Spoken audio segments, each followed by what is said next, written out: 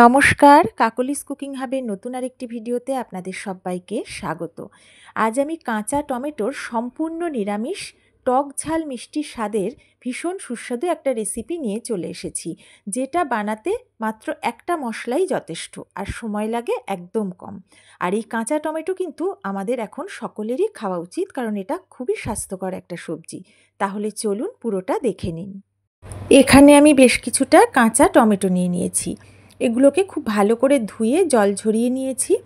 কাঁচা টমেটো খাওয়া যেমন স্বাস্থ্যকর তেমনই সুস্বাদু। এর এই বোটার কাছের অংশটা আমি এখন ছাড়িয়ে ফেলে দেব। শীতের শুরুতে যখন কাঁচা টমেটো পাওয়া যায়, আমরা কিন্তু এটা দিয়ে বিভিন্ন রকমের রেসিপি বানিয়ে খাই। কাঁচা টমেটোর ভর্তা, কাঁচা টমেটো ভাতে বা কাঁচা টমেটো সর্ষে দিয়েও আমরা রান্না করি। আজও আমি একটু অন্য ধরনের, অন্য রকমভাবে কাঁচা টমেটোর একটা রেসিপি বানিয়ে আপনাদের দেখাবো।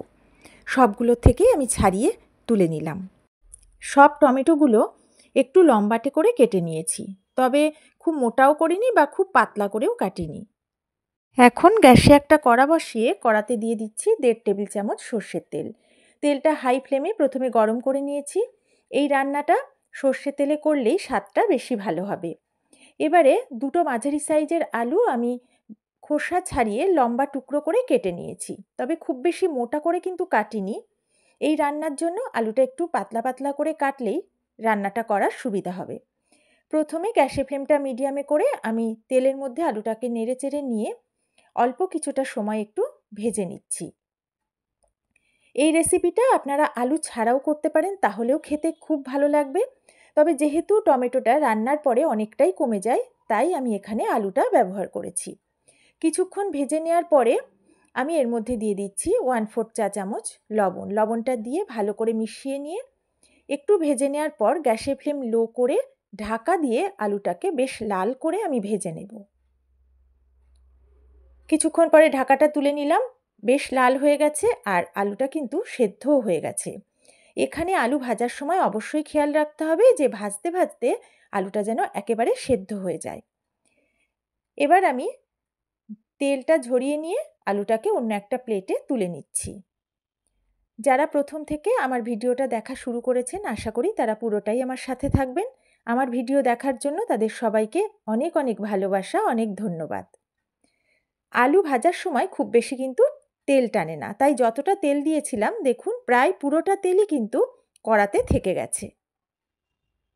এখানে একটা মিক্সির জার নিয়ে নিয়েছি। আমি এর মধ্যে নিয়ে নিচ্ছি 2 টেবিল চামচ মতো পোস্ত। এখানে পোস্তর পরিমাণটা আপনারা আলু টমেটোর পরিমাণ মতো বাড়িয়ে কমিয়ে নেবেন। এবারে প্রথমে শুকনো অবস্থায় এটাকে মিহি করে গুঁড়ো করে নেব, তারপর অল্প জল দিয়ে মিহি পেস্ট বানিয়ে নেব। এই পোস্ত বাটার সময় আপনারা কাঁচা লঙ্কাও দিতে পারেন। একদম মিহি করে পোস্তটা বেটে নিয়েছি, অল্প জল দিয়েছি। আমি কিন্তু বাটার সময় কাঁচা লঙ্কাটা দিইনি, ঝাল কম খাই বলে। আপনারা আপনাদের স্বাদ মতো কাঁচা লঙ্কা দিয়ে বেটে নেবেন। এবারে কড়াতে যেটুকু তেল ছিল গ্যাসে বসিয়ে তেলটা গরম করে নিয়েছি, আর অতিরিক্ত তেল আমি এতে দিলাম না। তেলটা গরম করে আমি এতে ফোড়নে দিলাম 1/2 চা চামচ কালো জিরে, আর দিলাম 2টো কাঁচা লঙ্কা একটু বড় বড় টুকরো করে কেটে নিয়ে। ফোড়নটা 30 সেকেন্ড মতো নেড়েচেড়ে ভেজে নিচ্ছি। লঙ্কাটা যেহেতু একটু ছিটকাবে, আমি এটাকে কিছুক্ষণ ঢাকা দিয়ে ভেজে নেব। ফোড়নটা ভাজা হয়ে গেছে, বেশ সুন্দর গন্ধ বেরোচ্ছে। এখন আমি টুকরো করে কেটে নেওয়া টমেটোগুলো তেলের মধ্যে দিয়ে দিচ্ছি। টমেটোগুলো দিয়ে গ্যাসের ফ্লেমটা লো টু মিডিয়ামে করে প্রথমে মিনিট 2 মতো ভেজে নেব। প্রথমেই কিন্তু আমি লবণ দেব না, কারণ লবণ দিলে কিন্তু টমেটো থেকে জলটা ছেড়ে দেবে আর টমেটোটা বেশ ভালোভাবে ভাজা হবে না। বেশ কিছুটা সময় এইভাবেই আমি নেড়েচেড়ে ভেজে নিচ্ছি। 2 মিনিট মতো পরে একটু ভাজা হয়ে গেলে আমি এর মধ্যে দিয়ে দিচ্ছি 1/4 চা চামচ লবণ। লবণটা দিয়ে ভালো করে একটু মিশিয়ে নিয়ে গ্যাসের ফ্লেমটা লো করে ঢাকা দিয়ে টমেটোটাকে সেদ্ধ করব আর আরও কিছুটা ভেজে নেব। এই সময় ঢাকা তুলে 2-1 বার নেড়ে দিতে হবে যাতে তলায় লেগে না যায়। আর টমেটোটা কিন্তু এইভাবেই আস্তে আস্তে লো ফ্লেমে রেখে পুরোটাই সেদ্ধ করে নিতে হবে। বেশ কিছুক্ষণ পরে ঢাকাটা আমি তুলে নিয়েছি। টমেটোটা সেদ্ধ হয়ে গেছে আর কালারটাও কিন্তু চেঞ্জ হয়ে গেছে। আমি একটু দেখে নিচ্ছি কতটা সেদ্ধ হয়েছে। বেশ সুন্দরভাবে কিন্তু টমেটোটা কেটে গেল। এটা খুব ভালোভাবেই সেদ্ধ হয়েছে, তবে একেবারে কিন্তু গলে ঘেঁটে যায়নি।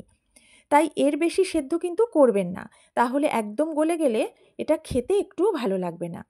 এবারে ভেজে রাখা আলুর টুকরোগুলো আমি সব এর মধ্যে দিয়ে দিলাম। দিয়ে প্রথমে গ্যাসের ফ্লেমটা মিডিয়ামে রেখে আমি এটাকে 1 মিনিট মতো ভেজে নিচ্ছি। তারপরে গ্যাসের ফ্লেমটা লো করে দিয়ে ঢাকা দিয়ে আবারও মিনিট খানেক রেখে দেব। তাহলে টমেটো রসের সাথে আলুটা কিন্তু বেশ ভালোভাবে মজে যাবে। 1 মিনিট পরে ঢাকাটা তুলে আমি দিয়ে দিচ্ছি 1/4 চা চামচ হলুদ গুঁড়ো আর দিচ্ছি স্বাদ মতো লবণ। এবারে হলুদ গুঁড়ো আর লবণ ভালো করে মিশিয়ে নিয়ে অল্প কিছুক্ষণ ভাজবো, যাতে হলুদের কাঁচা গন্ধটা একদম চলে যায়। যারা নতুন বন্ধু প্রথম এসে আমার চ্যানেলে ভিডিও দেখছেন, যদি আমার ভিডিও ভালো লাগে অবশ্যই আমার বন্ধু হয়ে পাশে থাকবেন। এবারে আমি এর মধ্যে দিয়ে দিচ্ছি বেটে রাখা পোস্ত। পোস্তটা সম্পূর্ণ দেওয়ার পরে আমি গ্যাসের ফ্লেমটা মিডিয়ামে করে প্রায় 2 মিনিট এটাকে ভেজে নেব এবং এখন কিন্তু সমানেই একটু হালকা হাতে নাড়াচাড়া করব। তবে এই সময় আর ঢাকা দেব না, ঢাকা না দিয়ে এই ভাজাটা করব। ভাজতে ভাজতে বেশ সুন্দর একটা গন্ধ বেরোবে। যখন দেখবেন গন্ধটা বেরিয়ে গেছে তখন বুঝবেন ভাজাটা খুব ভালোভাবে হয়ে গেছে। এটা প্রথমে 2 মিনিট মতো ভেজে নিলাম। তারপরে এখন আমি এর মধ্যে মিক্সির জার ধোয়া জল অল্প একটু অ্যাড করব। 2 টেবিল চামচ মতো জল আমি প্রথমে অ্যাড করলাম। জলটা দিয়ে ভালো করে আমি সব কিছুর সাথে মিশিয়ে নিচ্ছি। এটা মেশাতে মেশাতে আমার মনে হচ্ছে আরও একটু জল আমার এতে অ্যাড করতে হবে। এখন আরও একটু জল আমি এর মধ্যে অ্যাড করে দিলাম। আমি মোট মাঝারি কাপের হাফ কাপ মতো জল এতে দিলাম। এর বেশি জল দেওয়ার কোনো প্রয়োজন নেই। জলটা এই কারণেই দিলাম যাতে পোস্তর সাথে আলু টমেটো বেশ ভালোভাবে মজে গিয়ে মশলাটা এই সব কিছুর মধ্যে ঢুকে যায়। এবারে একটু নেড়ে মিশিয়ে নেওয়ার পরে যেহেতু সব কিছু সেদ্ধ হয়েই গেছে আমি দিয়ে দিচ্ছি স্বাদ মতো চিনি। এই রান্নাটা একটু টক ঝাল মিষ্টি স্বাদের হয়, খেতে ভীষণ সুন্দর হয়। আর যেহেতু টমেটোটা টক তাই মিষ্টিটা দিলে স্বাদটা একটু ব্যালেন্সও হয়, তাই আমি চিনিটা অ্যাড করেছি। আপনারা যদি পছন্দ না করেন স্কিপ করে দেবেন। এবার চিনিটা দেওয়াতে একটু জলও ছেড়ে দেবে, তাই নেড়ে চেড়ে একটু মিশিয়ে নিয়ে আমি ঢাকা দিয়ে কয়েক সেকেন্ড রেখে দিলাম। তারপরে আমি দিয়ে দিচ্ছি 2টো চেরা কাঁচা লঙ্কা। কাঁচা লঙ্কাটা দিয়ে আবারও ঢাকা দিয়ে আমি লো ফ্লেমে 2 মিনিট মতো রান্না করে নেব। 2 মিনিট পরে ঢাকাটা তুলে নিয়ে আমি আবারও একটু নাড়াচাড়া করে নিচ্ছি, কারণ এটাকে আরও একটু শুকিয়ে নেব। একটু ড্রাই হলেই এটা খেতে বেশি ভালো লাগবে। বেশ কিছুক্ষণ নাড়াচাড়া করে নেওয়ার পরে আমি এর মধ্যে দিয়ে দিচ্ছি 1 চা চামচ মতো কাঁচা সর্ষের তেল। আপনারা যদি চান আর একটু বেশিও দিতে পারেন। তেলটা দিয়ে হালকা হাতে ওপর নিচ করে একটু মিশিয়ে নেওয়ার পরে আমি লো ফ্লেমে ঢাকা দিয়ে 1 মিনিট মতো গ্যাসে বসিয়ে রাখবো, যাতে এটা আরও একটু ড্রাই হয়ে যায়। মিনিট খানেক পরে ঢাকাটা তুলে নিয়েছি। এটা কিন্তু অনেকটাই শুকিয়ে গেছে, অনেকটাই কমে এসেছে। এবারে উপর থেকে আমি একটু দিয়ে দিলাম ধনেপাতা কুচি। এটা দিয়ে আবারও সব কিছুর সাথে মিশিয়ে নিচ্ছি। এটা মিশিয়ে নেওয়ার পরে আমি গ্যাসের ফ্লেমটা অফ করে দেব। গ্যাসের ফ্লেমটা অফ করে ঢাকা দিয়ে 10 মিনিট মতো রেখে দেব। 10 মিনিট পরে আমি এটাকে পরিবেশন করে দিচ্ছি। ভীষণই সুস্বাদু এই কাঁচা টমেটোর পোস্ত দিয়ে রেসিপিটা একবার অবশ্যই বাড়িতে বানিয়ে খাবেন। আশা করি আপনাদের ভীষণ ভালো লাগবে। যদি আমার ভিডিও ভালো লাগে একটা লাইক করবেন, পারলে একটু শেয়ার করবেন। সবাইকে অনেক ভালোবাসা জানিয়ে বিদায় নিচ্ছি। সবাই ভালো থাকবেন, সুস্থ থাকবেন।